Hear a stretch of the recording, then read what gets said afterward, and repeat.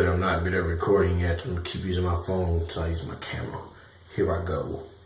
Not gonna be too long. Just got a few things. We'll run through them. Just a couple things that are on my mind today. But I just got done watching the Bernie Sanders video where he speaking about why he believes Donald Trump won, and it's pretty good. So he's right for the most part. It's pretty good.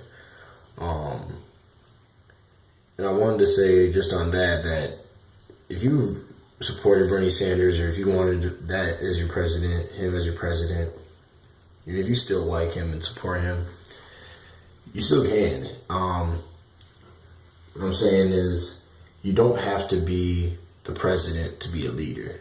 He's still a great leader. So he doesn't have to be the president in order for you to take advice from him, to listen to him, to learn from him, to push him, support him. He only needs to be the president to have that, that extra power that the person wants when getting things done. But as far as learning and mobilizing people, keeping us informed of what's going on, he can do that. He's an awesome leader. So if he got you started in this revolution or this process, stay involved. Because don't be too upset with what's happening and just fall out and go crazy. It's not the end of the world, man. I know it feels like that for a lot of people, but it's not. It's really not. We're going to get through it like we got through everything.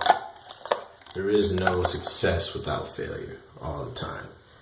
And the first thing I want to talk about is what I saw in this news today. I just got cable on PlayStation, and it's like this comedian talking about why people are basically clueless so often. And but it was a news guy. He was playing videos going by, and basically what he was saying is that everybody can kind of choose their own facts.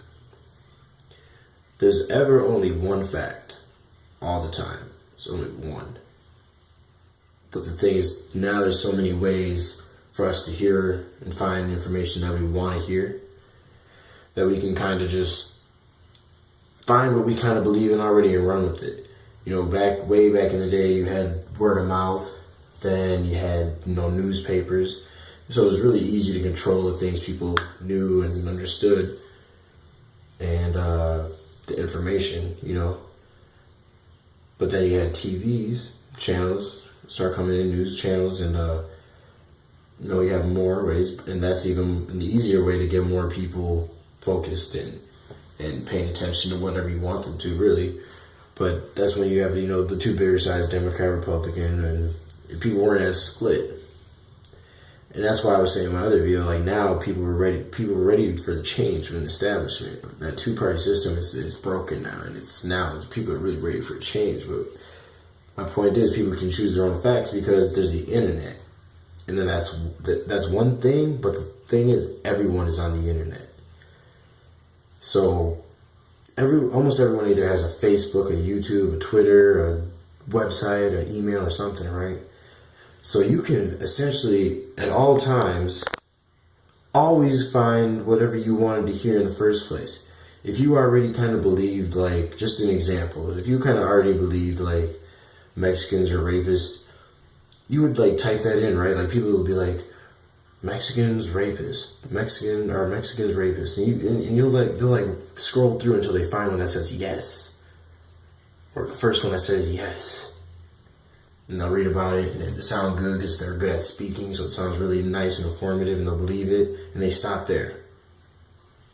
And that's the problem with any education for most people, is that they find the truth they want to hear, and they stop there. You have to keep moving on, because what you're hearing might not be the truth. That's why you gotta get out of your box, man. Like, I always try to listen to things that I don't understand. I always ask questions every time. I don't understand something I ask. I don't know a word you say I ask. You gotta keep doing that all the time. So don't choose your own truth, man. That's all I want to say. Don't choose your own truth, because it's so easy to do. Don't be biased. It's hard to not be biased, because we want to be comfortable. You know, people don't want it. A lot of people don't want to hear things. You know, they want to hear what they want to hear. Whatever it is you want to hear. I'm not going to sit here and make things up or assumptions on whatever. I'm just going to say whatever you want, whatever it is you want. If you want to hear the sky is purple, you can find a way. If you want to hear there's aliens and Anunnaki, you can find websites and it'll sound damn good. Now I'm going to have all those people like, there's, I can prove it. You can prove it because you found someone that wants to prove it, and you can take it there, but you're not going to really look at the person that disproves it. Moving on. A fool doesn't know he's a fool. Not calling people fools, but my next topic. But what I'm saying is, if you don't know something, like, okay, so human rights are non-negotiable, right? And what that means is the way you choose to live, as long as you're not a danger to yourself and others, should almost be allowed at all times. You know, there's extreme instances. If you're running around wielding a knife, if you're always like just that cutting yourself, that's disturbing to see. That's irrational behavior, obviously. But if you want to, you know, smoke marijuana, and that doesn't like kill you right away or nothing. It's not, you know, and you're not forcing other people. You know, you can regulate it like cigarettes and stuff only outside in certain places or whatever. Or if you only, you know, if you're homosexual, or if you're just a minority or whatever, man. There's no one has a right to tell you you can't do that. Like it's such an old way of thinking. It used to be that way, but it's not that way. It's just not the way it is. That's not. You can't tell somebody that. And what I'm trying to say is, like, when we're talking about these things with people, it's kind of just really, really recent that's super open. Like, it kind of started, you know, it's always been that way for thousands of years since people have been. It's always been homosexual behavior, but it's got through time changing and going. It's, you know, really been a bad thing as of late, and then as of very recently, it's kind of going back to acceptability. And what that means is, what I'm trying to say is, like, general acceptance, because the way it was for such a long time, before, you know, if you want to like go back and be like the Greeks and all the Spartans or all whatever you want to talk about, man, yeah, of course there's always been homosexuality, but you know what I'm referring to, like American history, like that's a sin, right, or whatever. That's like the old way of thinking. Churches were a lot of times like the old way of being, like churches were everything. Churches were the schools. Churches were peaceful places, gathering places. Churches were like the everything for every community. So that's why there's so much religion and people are so deeply religious, because it's always, churches have kind of always been the place people reconcile. And so my point is that these people don't see it, their belief is wrong. Like if they're against homosexuality or your marriage, that's because they believe marriage is a religious thing. And it kind of started that way, but it's evolved just as everything. Technology has evolved. You look at a phone in the 1920s or whenever they came out, they're not the same as now. Now they flip, no cords, whatever. Marriage has evolved, because marriage used to be this thing that, you know, God bonds you together, but now it's more, it's your soulmate, the person you love, and you choose to pretty much split your life with. Your money, your home, everything. You choose to bond yourself with another person. Who's to say in like 100 years it won't be very acceptable to have like multiple wives and husbands or groups or whatever. You know, that's crazy down the line, but what I'm saying is now what people are accepting and things. So when you're speaking to people that are against homosexuality or against marijuana or against certain things, you can't really yell at them and force it. it's hard not to do that because we're really passionate about these things. But you have to understand, even though they're wrong, and they don't think it as wrong. No. And if I was devil's advocate and I was them, they could say the same thing. Like, they don't think it's wrong, but it is wrong. Because to them, it's something holy or divine or whatnot. God has chosen to say this thing or whatever. Or they have just a different whatever. Maybe it's not even religious. Maybe it started religious and they don't even know why they're against it, but they're just uncomfortable with it. Because for whatever reason, they like people don't like to see other people happy, and if they can target a group, they'll do that. I'm not saying that's what happened with my friends when I'm talking, because I'm inspired by my friends all the time. So I don't want anyone ever thinking like I'm speaking directly about them or something all the time. Like, I just kind of roll with my experience and I think about it through, and I just try to relate to other things. But you have to be patient with people, explain it to them. Because it's just the old way, and it's changing. Like, in 50 years, it's going to be so much less of them because they're all going away.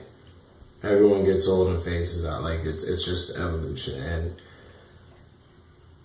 some people you won't convince. You won't convince the people that are 50 and they've already got their mind made up. But you might, as long as you stay humble and keep spreading the good word, the truth about things, children won't continue to learn incorrectly from the old way of doing things.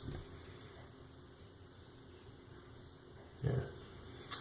So, and just want to wrap this up real quick, just some little boxing stuff. I wanted to say that I was talking with my homie Vlad today, and he asked me how long, and I get this question a lot, mostly because everyone wants to know how long will it take them before they get good at boxing, before they can have their first fight. They're like, how long do you think until I can have my first fight? And the answer to that is always, it's up to you. It's always uniquely. If you have the time, that's why time is so important. Means are very important. Money is very important because you have to have the ability. Poor man boxing is a poor man sport. You have to have someone that's willing to work with you. So it's whatever you can put into it. If you can start at a young age, the better.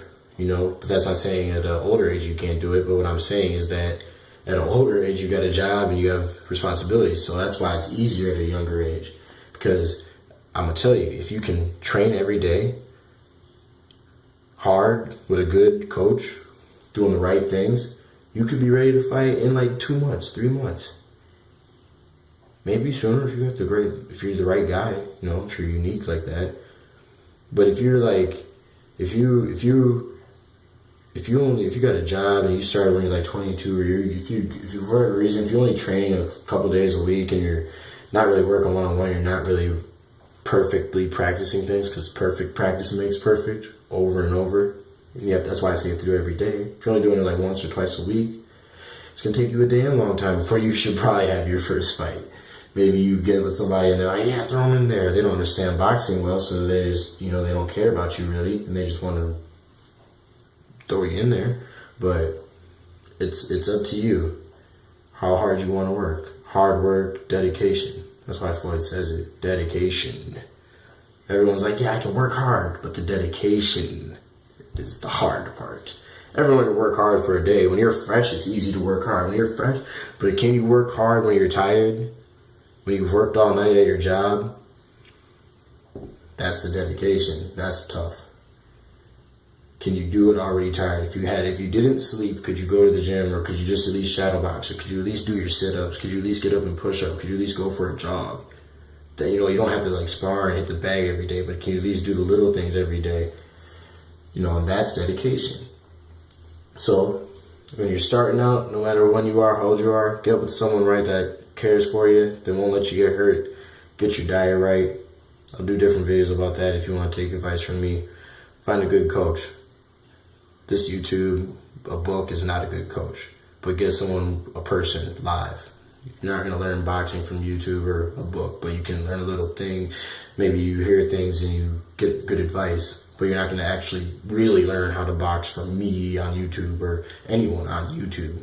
If you're already in boxing, you can hear things and get good advice for things, learn maybe little tricks or whatever tips, but get a good coach. There's good ones around. My coach is good. They care about me. They take care of me. For real. So, if you want to fight really fast, work every day. It's up to you. Power is yours. Who said the power is yours? Is that Captain Planet? That's right. Peace. Pieces.